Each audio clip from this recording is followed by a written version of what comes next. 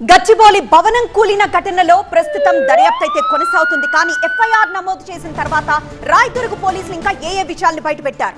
పోలీసుల అదుపులో ప్రస్తుతం బిల్డర్ సాజిద్ ఉన్నాడు. సాజిద్ పై 105 బిఎన్ఎస్ సెక్షన్ కింద కేసు నమోదు చేశారు.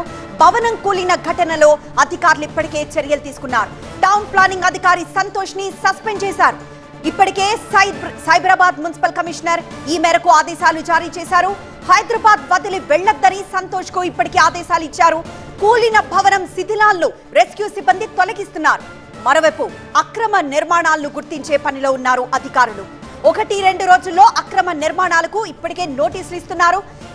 10 అక్రమంగా నిర్మించిన బిల్డింగ్స్ ని కూడా గుర్తించారు.